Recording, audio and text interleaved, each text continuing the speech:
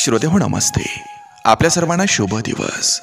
श्रोते हो, नजरेला दिसतं तसंच काहीच असतं आणि काहीच नसतं. कानाला ऐकायला येतं तसंच तेही काही असतं काही नसतं. बोललं गेलेलं सर्वच खरं अथवा खोटं नसतं, पण अनुभवानं मिळवलेलं मात्र 16 आणि खरं असतं. म्हणून श्रोते हो, दिसण्यावरून, ऐकण्यावरून अथवा बोलण्यावरून विश्वास ठेवायचा नसतोय. ज्या गोष्टींचा स्वतः अनुभव घेता येत नाहीत त्या गोष्टींचा अनुभव विश्वासपात्र व्यक्तींच्या अनुभवावरून ठरवावे लागत असतात.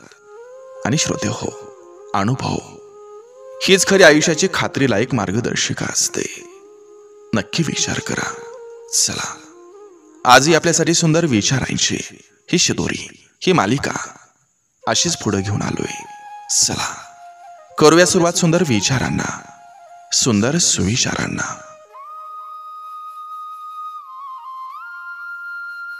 माणसाचा स्वभाव हा थोडा तिखटच असावा, कारण गोड लागणारा ऊस लोक चावून खातात, पण तिखट मिरची चावून खाण्याची हिंमत कोणी करत नाही.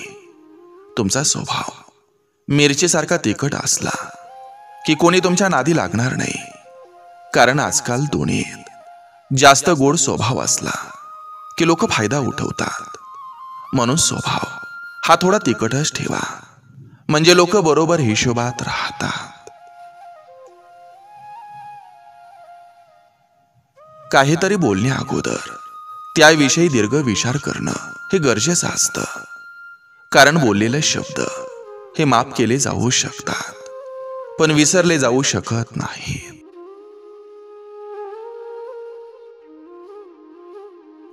एखाद्याच्या उचकीचं कारण व्हा, पण हुंदक्याचं नको.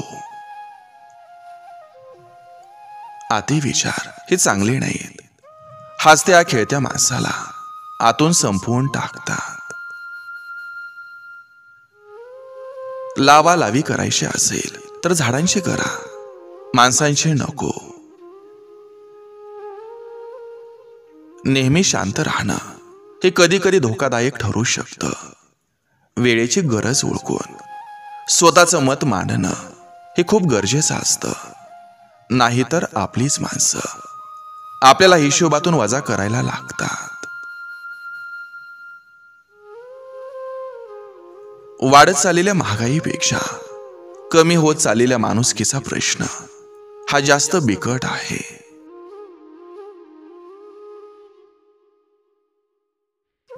आधार देणारा पाठीवरचा हात हा जरी रिकामा असला तरी बळ देण्याची मोठी ताकद ही हातामध्येच असते. एकटेपणा असतो तेव्हा डोळे कमी आणि मन जास्त रडतं. छोट्या छोट्या गोष्टीतून मिळणारा आनंद हा जीवन जगण्याचा आधार असतो. बाकी इच्छा आणि अपेक्षा या तर सतत बदलत असतात. मनावर दगड ठेवून वाईट परिस्थिती सहन कशी करावी हे स्त्रीकडून शिकावं.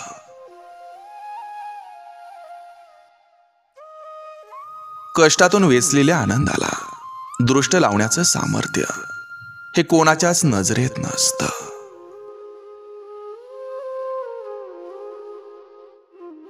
योग्य व्यक्ती सोबत असली की चुकलेल्या रस्त्यावर सुद्धा नवी वाट सापडते.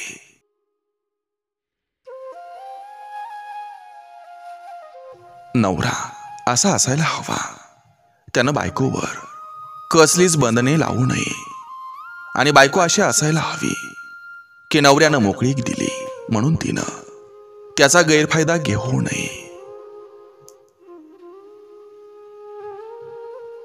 अश्रू हलकेच असतात, ओघळून जातात.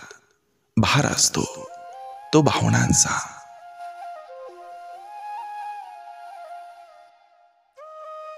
बाईचं सौंदर्य, तिचं चारित्र्य आणि पुरुषाचा पैसा त्याचं पाप लपवण्याचं सामर्थ्य राखू नये.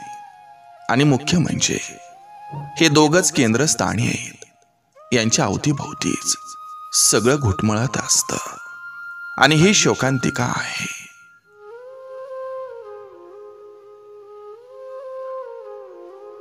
विश्वास ठेवण्यासाठी तुमचं चारित्र्य हे प्रामाणिकपणाचं आणि चांगलं असायला हवं.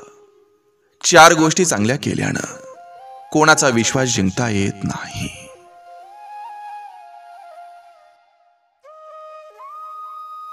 इतरांना स्वतःबद्दल स्पष्टीकरण देऊन आपला वेळ वाया घालवू नका. कारण लोक तुम्हाला तितकं समजतात जेवढी त्यांची समज आणि लायकी असते. आपलीच मदत घेऊन आपल्यावरच उलटणारा यशस्वी भलेही होईल, पण मनातून सदैव हारलेला असतो. हसत जगा, कारण आयुष्याचा हा चित्रपट पुन्हा लागणार नाही. बोलून मूर्ख होण्यापेक्षा निशब्द होऊन सगळं पाहण्यात समजदारी आहे.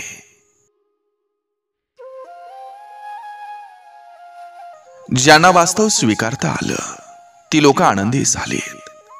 ज्यांना वास्तव स्वीकारता आलं नाही अशी लोक जगातील सगळी सुख मिळून सुद्धा दुःखाची ओझी उरावर घेऊन आनंदाच्या शोधात फिरत आहेत.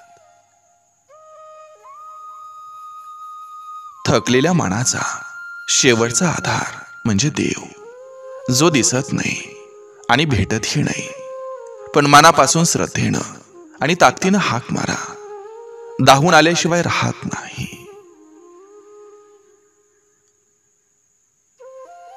मोठं झाल्यावर कळालं, खेळणी महाग नसतात, तर बालपण महाग असतं.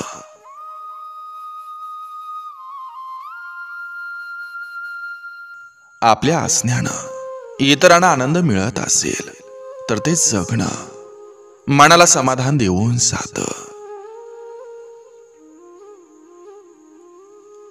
तुमच्या श्वासातलं हुंदका ऐकणारी व्यक्ती असेल तरच रडण्याला अर्थ असतो, नाही तर ते रडगाणं वाटतं.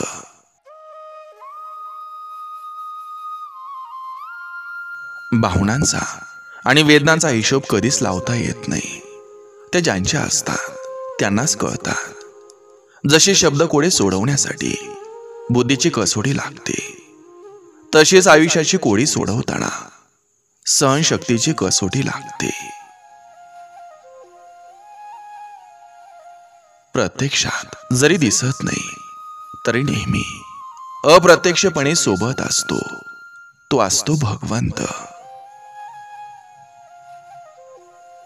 काही वेळेस आपण काही लोकांना गरजेपेक्षा जास्त महत्त्व देतो, ज्याची भरपाई आपल्याला आपली मानसिक शांती गमावून भरावी लागते.